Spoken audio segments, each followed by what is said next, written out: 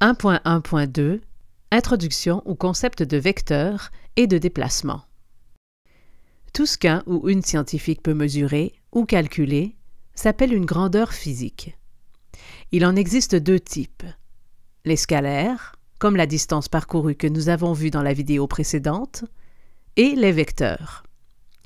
Lorsqu'une grandeur physique a une orientation et qu'elle peut être représentée graphiquement par une flèche, cette grandeur physique est un vecteur. D'ailleurs, nous identifierons les vecteurs à l'aide de symboles surmontés par des flèches.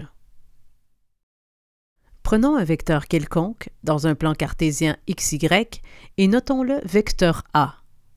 Traditionnellement, ce vecteur peut être exprimé de deux façons. Par son module, ou grandeur ou longueur, noté A, et son orientation, notée θ, ou par ses composantes cartésiennes, notées AX et AY. Ici, nous pouvons voir que, contrairement à un scalaire, un vecteur ne peut être défini entièrement à l'aide d'une seule valeur. Il lui faut soit un module et une orientation, soit des composantes cartésiennes. Lorsqu'un vecteur est précisé par son module et son orientation, il est sous forme polaire, tandis que lorsqu'il est précisé par ses composantes cartésiennes, il est sous forme cartésienne.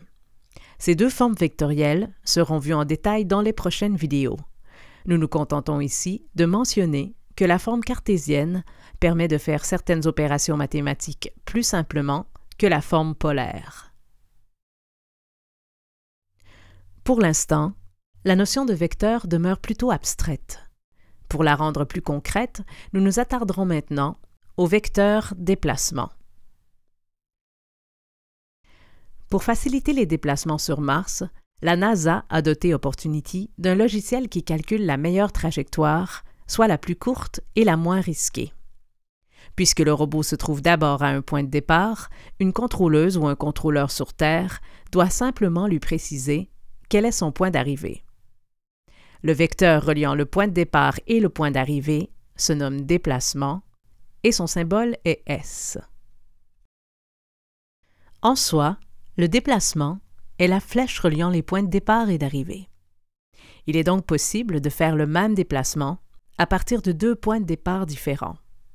Par exemple, un même déplacement peut être commandé à Opportunity que celui-ci soit tout près du cratère Eagle ou en bordure du cratère Victoria. Autrement dit, le déplacement ne concerne que la variation entre les points d'arrivée et de départ, non pas le point de départ seul, ni le point d'arrivée seul.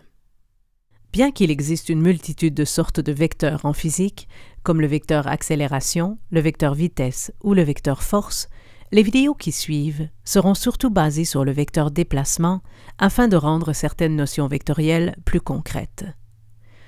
Malgré cette simplification dans la présentation, plusieurs des développements de ces vidéos s'appliqueront à tous les types de vecteurs. Lorsque ce sera le cas, nous résumerons à la fin de la vidéo les éléments importants qui s'appliquent aux vecteurs en général. Voici donc le résumé de cette vidéo.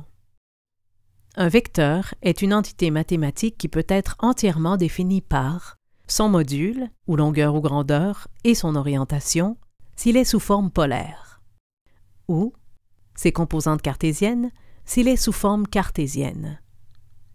Le module d'un vecteur a toujours une valeur positive. Un vecteur, en général, est noté à l'aide d'un symbole surmonté d'une flèche. Un déplacement est un vecteur reliant un point de départ et un point d'arrivée. Nous le noterons S.